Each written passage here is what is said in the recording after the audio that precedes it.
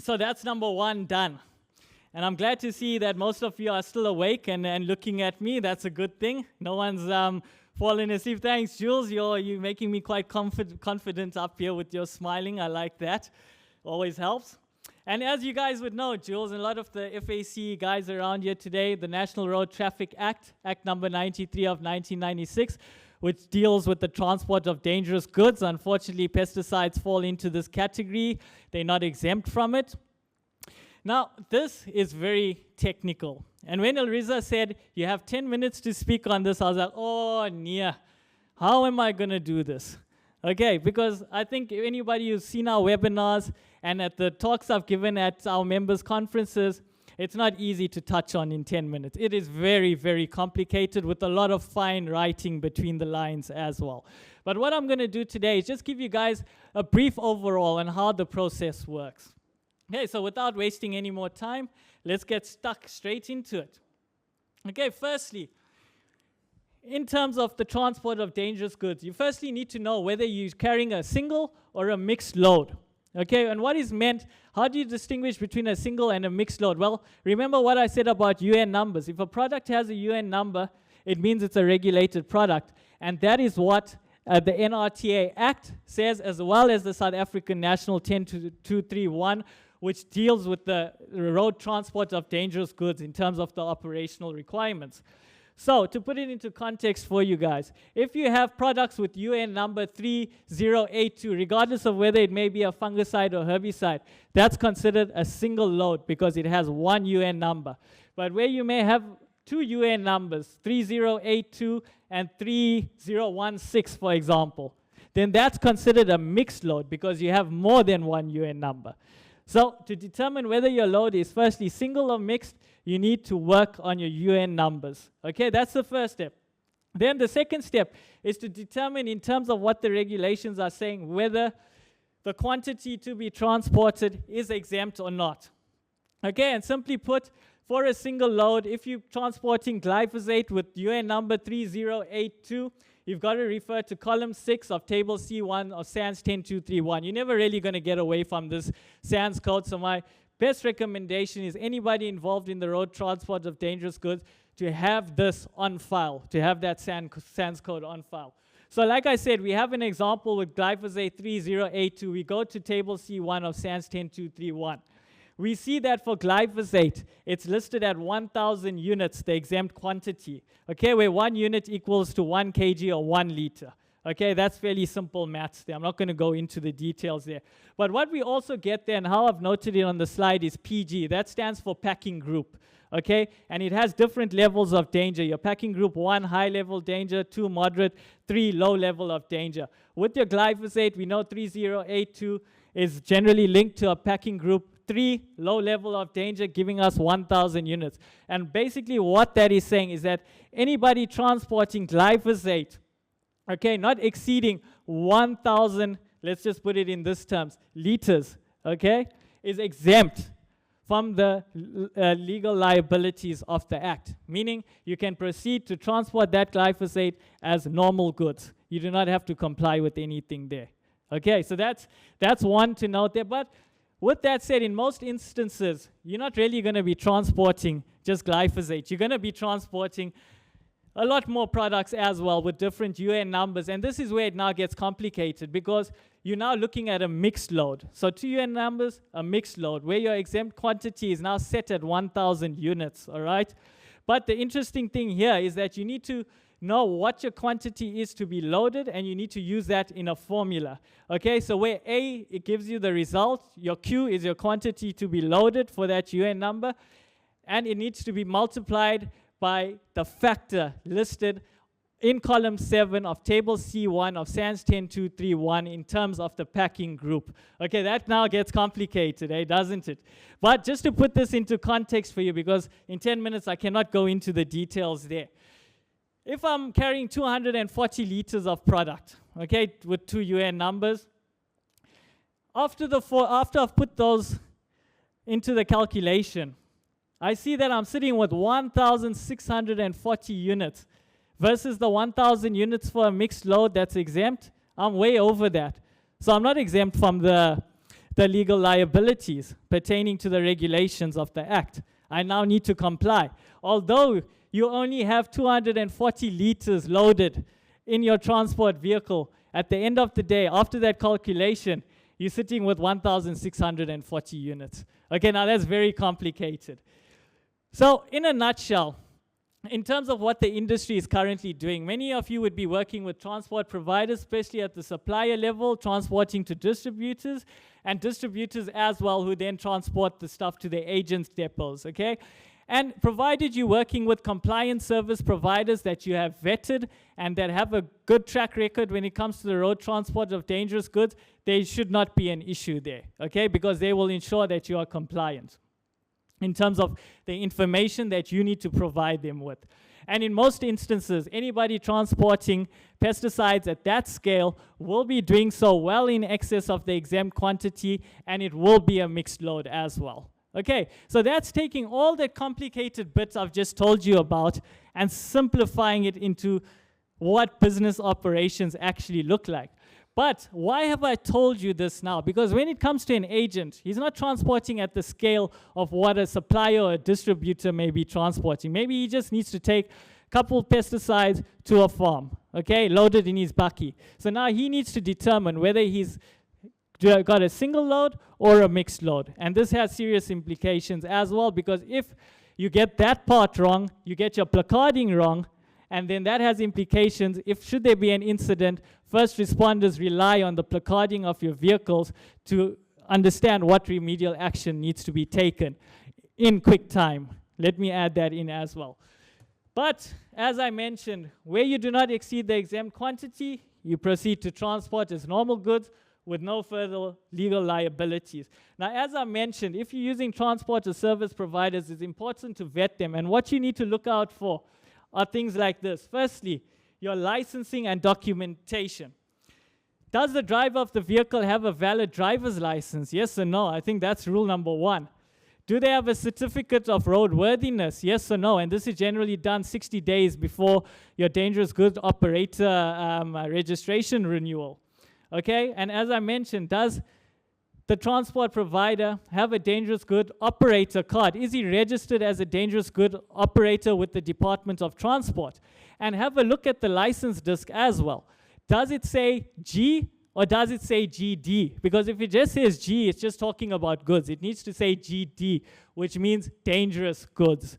Okay, that's important, and that's something traffic cops will definitely pick up on. Okay, and then it's also important to note that certain municipalities require a dangerous goods transport permit, where these stipulations are listed in SANS 1157, but it's very much summarized in today's presentation and in our resources we have available to all of you. So there's really no need to go and purchase SANS 1157 at this stage. But also important to note that everything I've said now in terms of licensing and documentation, this also extends to your trailers, okay? And for your drivers now, they need to have a valid driver's license, but if they're driving vehicles that are less than 3,500 kgs gross vehicle mass, then they do not need a professional driver's permit with the category D. But if it's above that gross vehicle mass, then they need a professional driver's permit, category D, meaning to drive loads that are dangerous, okay, and transport them to where they need to go. Okay, so that's a very important bit of information there. You also need to ensure that in terms of load compatibility, that it's being loaded onto the vehicle, that the products are compatible. And for this, you refer to table E1 of SANS 10231. But what I've also seen is that on the SDSs of products now under Section 7, they also note the compatibility of their products there and how they're meant to be stored or packed in a certain area. So that's another option there you can refer to as well. And then also importantly, you need to make sure your load is secured, okay? If you have canopy, drop sides, polypropylene, mesh, tarpaulin, these will work if you have no high drop sides, okay? That will be acceptable. But it's important, and the fact remains, it needs to be secured so that it does not fall over in the event of a collision. Okay, that's also an important point. It doesn't fall over in the event of a collision. And before I move on from this slide, it's also important to note that with your municipal dangerous goods transport permit, once you obtain it in one municipality in South Africa, this becomes relevant to every municipality across the country. You do not need a separate municipal dangerous goods transport permit for each municipality. So it just makes sense to do it if your operations are national or going into many different municipalities. Okay, and again, it makes sense to know this because there are traffic cops out there who will say, where's your municipal dangerous goods transport permit for this municipality? We've had reports of that coming in. So by you knowing what the regulations are saying, it puts you in a position of power as well. Okay, and then just moving on, guys.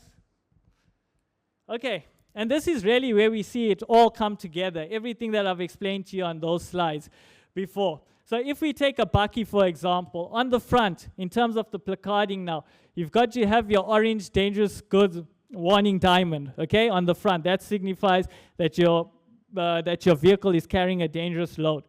But on both sides of the vehicle, your goods containment area, as well as the rear of the vehicle, you need to have your placards, all right? And like I said, in most instances, this would be a mixed load. But where it's a single load, then you gotta have the class, the diamond class on your placard. But if it's a mixed load, then you just have the orange diamond on your placard, noting dangerous as you see it on your screens now. Also important to have on your placards is the operator's telephone number. Well, contact number. Telephone is a bit old these days, so what I'll say is an operator's contact number as well as your specialist advice number in the case of an event where you may meet with an accident or there's a spillage on the road, so that first responders can get the information they need to clean up the mess as quick as possible. Okay, so that's important in terms of your placarding, and this is also covered in SANS 1151, where when you take your vehicle for an inspection, they look at whether you've got placarding or whether you've got the brackets on your vehicle to have those placardings put in place. They also accept self-adhesive decals, so you don't really need the brackets as well. You can use self-adhesive decals to stick them onto your vehicle, whatever works for you in terms of your business operations. Okay, and then we can also go on to fire extinguishers. So now if you have a bakkie, as you see on LDV, you generally need 2x4,5 DCP dry chemical powder fire extinguishers, okay, mounted with brackets onto the vehicle. If you have a truck tractor, you need 1x9 kg. If you have a rigid vehicle, okay, this is greater than 3,500 gross volume mass, then you need 2x9 kg DCP fire extinguishers. For trailers, regardless of the size, you need 2x9 kg DCP fire extinguishers mounted onto those trailers, in addition to your vehicle, in addition to your bakkie's good containment area as well. Okay, so this, as you guys can see, in 10 minutes it gets very complicated. Okay, but this is just giving you guys a quick overview of what's necessary. You also got to have a first aid kit, guys. And remember, your first aid kit is for treating general injuries. It's not for treating poisoning or exposure. If there's any such situation, contact the specialist advice number to see what steps need to be taken there. But most importantly, and in terms of what some of our members are saying, is that traffic cops are looking at your dangerous goods document holder in the vehicle, because this has your dangerous goods declaration, which can come in the form of a waybill, a delivery note, you name it, but it's got to have the title dangerous goods declaration at the top of it, okay? This is generally situated in the center of your vehicle, making it easy in the event of an accident or collision or spillage for the emergency responders to get hold of it, because in that document holder, you're going to have your dangerous goods declaration, but you're also going to have your transport emergency cards there, which is a nice simplified document which tells them exactly the hazards of the product they're working with and what they need to do in the event that something goes wrong, and how they need to clean it up and contain it. Okay, so that's an important one there. And if we go to my second to last slide here, we see that for the dangerous goods declaration, generally referred to as a DGD, This must include the shipping name, the UN number, and remember, the class of the products you're carrying is in relation to the UN number. So you got to consult table C1, which lists all that information as well. You've got to have your hazard class and your packing group. One member got rapped on their knuckles because they didn't list the UN numbers. They got a fine for that. Okay, and in SANS 10231, it gives a perfect example of what a dangerous good declaration should look like and the information that has to be on it. Okay, so by having done your homework, you wouldn't have had to pay a fine for something that simple. Okay, that's really something you shouldn't be paying a fine for. As I mentioned, it's also got to have your transport emergency cards. This is very important at the trucking level. They're not willing to accept SDSs anymore because that adds a lot of extra documents to the dangerous goods document holder, which is an orange document holder, but again, the construction of that document holder is not specified, as long as the color is orange. All right? So you've got to have your trek cards at a trucking level, at a large scale level, but at a smaller scale level for agents and so forth, they're still willing to accept the SDSs. They won't accept it at a large scale level because that's just too much documentation for them to work through, and that makes sense, okay? Because they need to respond quickly. They can't page through pages of safety data sheets. And then also importantly, on these transport emergency cards, commonly known as TREM cards, you also have the personal protective equipment that's noted on there for your driver. So make sure that the driver has this personal protective equipment and that he is also using what's necessary. Okay, so just to close off, the stewardship forum, the stewardship portfolio during 2023 really focused on the transport of dangerous goods by roads, in this case pesticides with the UN number, where we emailed and circulated a guideline checklist, a comprehensive guideline checklist that speaks to the operator, that speaks to the consignee, the person who sells the product, speaks to the consigner is the person who sells the product, operator, the person who transports the product, and then the consignee, the person who's receiving the product, okay? As well as bona fide farmers as well, because there's also regulations which are relevant to them in the NRTA as well. So it's a comprehensive checklist that covers a wide range of operations. Again, you need to take this checklist and adapt it to your business operations. What loads are you using? What volumes are you transporting? It's really as simple as that, guys. And we encourage people to take advantage of this checklist. And if you're not the relevant person that's attending the stewardship forums or the compliance forums, make sure you circulate this information to the relevant personnel within your company, in particular the logistical component of the respective companies. Now, as I mentioned, we cannot account for all operations in a single checklist, but we've got to adapt it.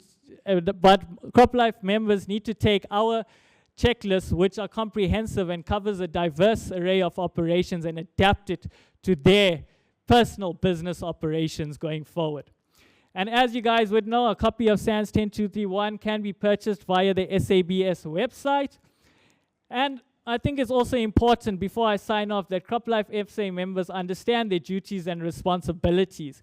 Because remember, if you're breaking the rules, a lot of you have insurance on your vehicles that are used to transport these dangerous goods, particularly at the agent level, okay? So if you're not complying with what the regulations are saying, and if there's a disaster that happens, do you think that insurance company is going to pay out? I don't think so. They're a business themselves. They're looking for the slightest shortfall to get away from paying you out your claim. Okay, so make sure everything falls into place there. But not only that, also understand the implications not only to your business personally, but the image of the industry as well. As Ariza noted earlier this morning, our industry has not had favorable airtime in the media or in the public. And a situation where we find a truck that's overturned, where a member company has hired a dodgy operator, a transport service provider. That truck overturns, it causes a major disaster, environmental disaster. How do you think that's going to look in the media?